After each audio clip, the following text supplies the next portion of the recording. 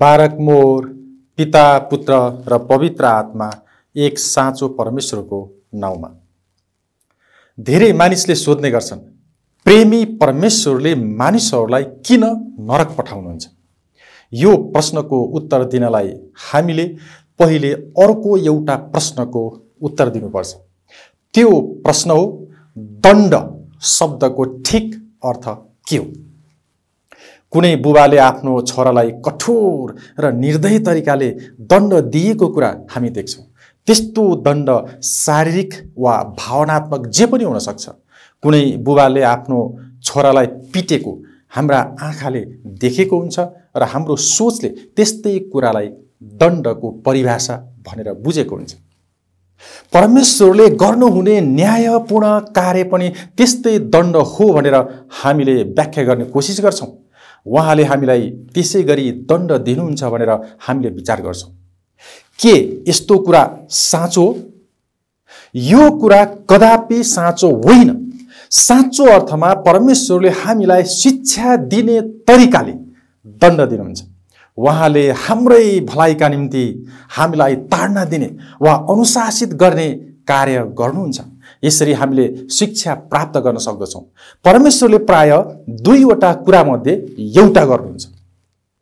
पहिलो कुरा, परमेश्वरले हामीलाई पश्चातापको बाटोमा डोर्याउनुहुन्छ र म फर्केर उहाँ कहाँ जान सक्छु। उहाँले मलाई यसो भन्नुहुन्छ, म तिमीलाई प्रेम गर्दछु, मसँगै तिमी अनन्तकालको आनन्दमा सहभागी हौ भन्ने मेरो इच्छा छ। यसकारण तिमी फर्केर म कहाँ आऊ। दोस्रो कुरा, परमेश्वरले दुष्टताको अन्त्य गर्नुहुन्छ।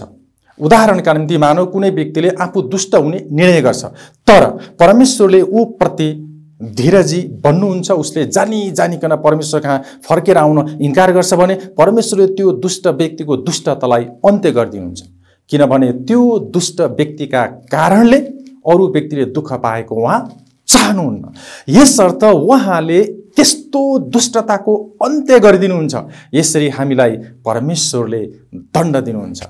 तापनि प्रेमी परमेश्वरको साँचो स्वभावको बयान गर्ने सम्बन्धमा यो दण्ड शब्दलाई धेरै दुरुपयोग गरिएको वा यसलाई गलत प्रकारले बुझाउन खोजिएको छ। त्यसकारण यो भिडियोमा हामी एउटा भिन्न शब्दको प्रयोग गर्नेछौँ र यो शब्द परिणाम हो। हामी उत्पत्ति 3 अध्यायको 22 पदबाट एउटा उदाहरण लियौँ। यो उदाहरण आदम र हव्वाले रुखको फल खाएपछि उनीहरूका स्वभाव भ्रष्ट भएको विषयमा छ। यस कुरालाई हेरेर कुनै व्यक्तिले परमेश्वर रिसाउनु भयो भनेर बुझ्न सक्छ, किनकि उहाँले आदम र हव्वालाई अदनको बगैँचाबाट निकालिदिनु भयो। तिनीहरू शरीरमा सधैँभरि जीवित रहन् र पापको भ्रष्टताले सृजना गरेको दुःख कष्ट भोगेर बसिरहन् भन्ने उहाँको इच्छा भएन। तापनि हामीले यो घटनालाई बेग्लै प्रकारले हेर्नुपर्छ। हामीले आफैलाई सोधौँ कि हामीले अनन्त जीवन जिउँ भन्ने परमेश्वरको इच्छा छ त? यो प्रश्नको उत्तर हो, उहाँको इच्छा छ। वास्तवमा परमेश्वरले हामीलाई अनन्त जीवन जिउने प्राणीका रूपमा सृष्टि गर्नुभयो। प्रकाश 2:7 लेखिएको छ, जित्नेहरूलाई परमेश्वरले जीवनको रुखबाट खान दिनुहुनेछ। हामीले पनि जीवनको त्यो रुखबाट खान सकौँ भने परमेश्वरको इच्छा छ। तर उत्पत्तिको पुस्तकमा परमेश्वरले आदम र हव्वाले जीवनको त्यो रुखबाट खाउन् भन्ने इच्छा गर्नु भएन। किन त? यदि आदम र हव्वाले जीवनको त्यो रुखको फल खाइदिएको भए तिनीहरू अनन्तकालसम्म आफूले गरेको पापको भ्रष्ट स्वभावमा जिउने थिए। यदि तिनीहरू अनन्तकालसम्म त्यो भ्रष्ट स्वभावमा जिएका भए तिनीहरू कदापि खुसी हुने थिएनन्। परमेश्वरले हामीलाई प्रेम गर्नुहुन्थ्यो। यसकारण सारा मानव जातिको भलाइ र हाम्रो भलाइका निम्ति परमेश्वरले भन्नुभयो, म त्यहाँ ज्वालामय तरबार बोकेका करूबहरू राखिदिनेछु र मानिसहरूले जीवनको रुखबाट फल खान नपाऊ। यसरी परमेश्वरले हाम्रै भलाइका निम्ति हामीमाथि परिणाम राखिदिनु भयो। जब आदम र हव्वा आफ्नै पापले गर्दा पतन भए त्यसबेला दुईवटा मुख्य कुरा भएका थिए। पहिलो कुरा, परमेश्वरसित तिनीहरूको सम्बन्ध गुमेको थियो र उनीहरूलाई परमेश्वरसँग मिलाप गर्नुपर्ने खाँचो परेको थियो। दोस्रो कुरा, उनीहरू परमेश्वरको स्वरूपमा सृष्टि गरिएका थिए, तर उनीहरूका जीवनमा भएको परमेश्वरको त्यो स्वरूप पापले गर्दा विकृत भएको थियो। मानव जातिले स्वर्ग जानका लागि दुईवटा कुरा गर्नुपर्छ। पहिलो कुरा, परमेश्वरले क्रुसमा भएको येशू ख्रीष्टको मृत्युद्वारा हामीलाई उहाँ आफैसँग मिलाप गराउनुभयो। यसकारण हामीले आफ्नो सारा जीवनभरि प्रार्थना, बाइबल अध्ययन, पश्चाताप र पाप स्वीकार गरेर होशियार साथ उहाँसँग मिलापमा रहनुपर्छ। दोस्रो कुरा, हामीले निश्चित रूपमा उहाँका आज्ञाहरू पालन गर्नुपर्छ, किनभने यदि हामीले परमेश्वरका आज्ञाहरू पालन गर्दैनौँ भने हामीभित्र भएको परमेश्वरको स्वरूपलाई हामीले फेरि बिगार्छौँ वा कुरूप बनाउँछौँ। तापनि हामीले परमेश्वरमा साँचो रूपले पश्चाताप गरेर उहाँले स्थापित गर्नुभएका पवित्र ख्रिस्टियन संस्कारहरूमा सहभागी भयौँ भने हामीले उहाँका आज्ञा भङ्ग गरेका पाप क्षमा हुन्छ र हामी निको हुन्छौँ। लुका 15 अध्यायको 11 देखि 32 खण्डमा उल्लेखित हराएको छोराको दृष्टान्तलाई हेर्यौँ भने हामी देख्छौँ उसले पापमय जीवन जिउनका लागि आफ्नो बुबालाई त्यागिदियो। ऊ भोकले मर्न लागेको थियो। त्यसबेला उसले सुँगुरहरूलाई खुवाउने आहार अथवा दाना समेत खान सकेन। त्यसपछि उसले आफ्ना बुबाको घर सम्झ्यो र फर्कने निर्णय गर्यो। यसरी उसले सुँगुरहरूको चारो खाएर पेट भर्ने इच्छा गर्ने कुरा उसले भोग्न परेको कठोर दुःखको परिणाम थियो। ठिक त्यसै बेला उसको चेतना फर्केर आयो र उसले आफ्ना बुबा कहाँ फर्कने निर्णय गर्यो।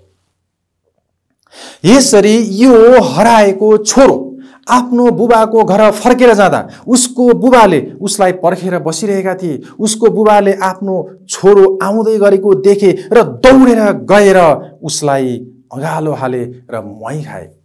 येशू ख्रीष्ट प्रभुले यो दृष्टान्त भन्नुभयो र हामीलाई यो शिक्षा दिन चाहनुभयो। परमेश्वर पिताले आफ्नो पुत्र येशूद्वारा आफैलाई हामीसँग मिलाप गराउनुभयो। अब हामीले आफ्ना पाप पश्चाताप गरेर दौडेर उहाँ कहाँ जानुपर्छ। यसरी परमेश्वरसँग टुटेको हाम्रो सम्बन्धलाई हामीले फेरि जोड्नुपर्छ।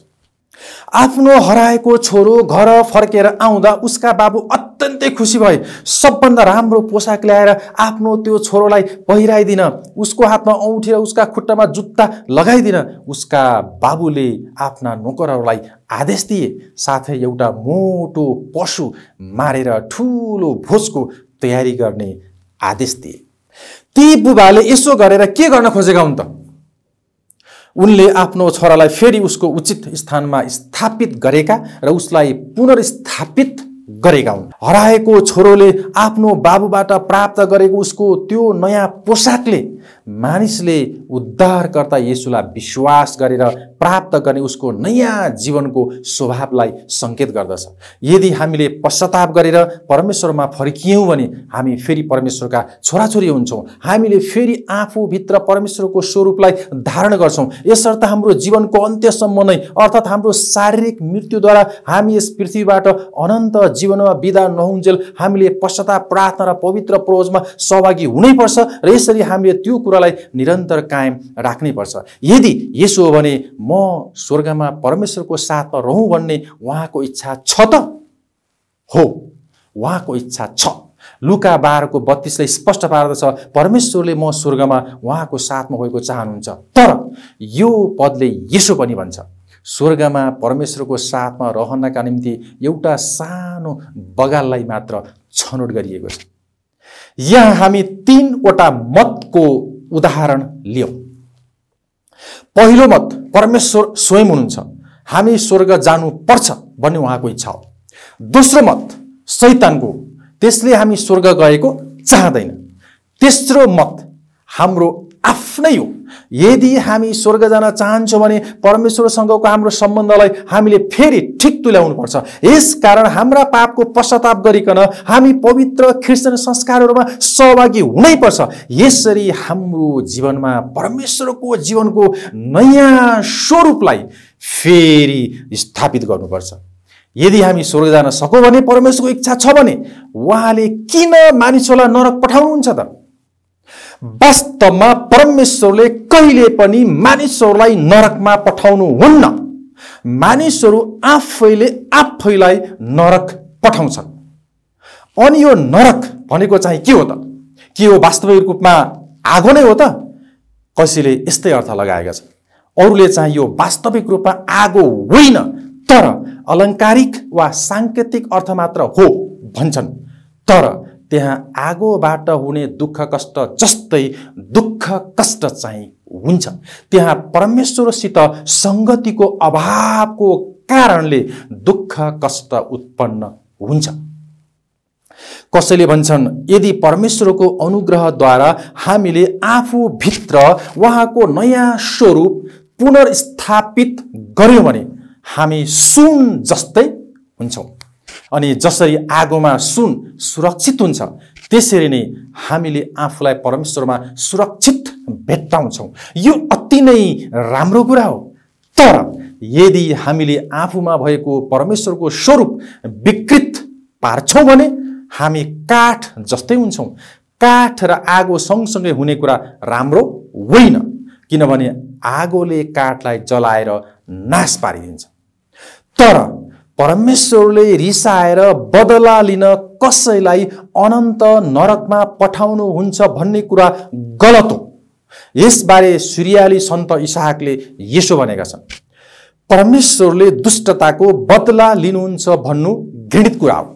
उहाँले बदलाको भावनाले यति ठूलो र कठिन कुरा गर्नुहुन्छ भने विचार गर्नु उहाँको ईश्वरीय स्वभावको कमजोरी देखाउने कुरा हो। असल र धर्मी जीवन जिउने मानिसले त बदला लिँदैन भने परमेश्वरले बदला लिनुहुन्छ भनेर विश्वास गर्नै सकिँदैन। सन्त इसाकको भनाइको अर्थ हो परमेश्वर पूर्ण रूपमा प्रेमिलो र वास्ता गर्ने परमेश्वर हुनुहुन्छ र उहाँ आफैमा भरिपूर्ण हुनुहुन्छ। त्यसैले उहाँले यस्तो बदला लिने कार्य किन गर्नुहुन्छ र?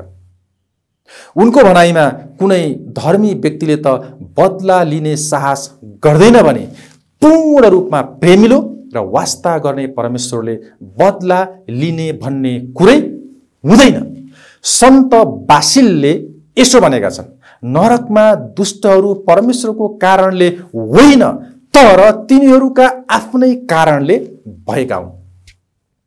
अर्को शब्दमा भन्नुपर्दा नरकका दुःख कष्ट परमेश्वरको कारणले गर्दा भएका होइनन्, ती हाम्रा आफ्नै गलत निर्णयहरूका परिणाम हुन्। स्मरण रहोस्, परमेश्वरले आफ्नो महान प्रेमको कारणले गर्दा आदम र हब्बालाई अदनको बगैँचाबाट बाहिर निकालिदिनु भयो। परमेश्वरले जे पनि गर्नुहुन्छ त्यो उहाँले आफ्नो प्रेमको कारणले गर्नुहुन्छ। तपाईको जीवनमा परमेश्वरको आशीष र शान्ति रहिरहोस्।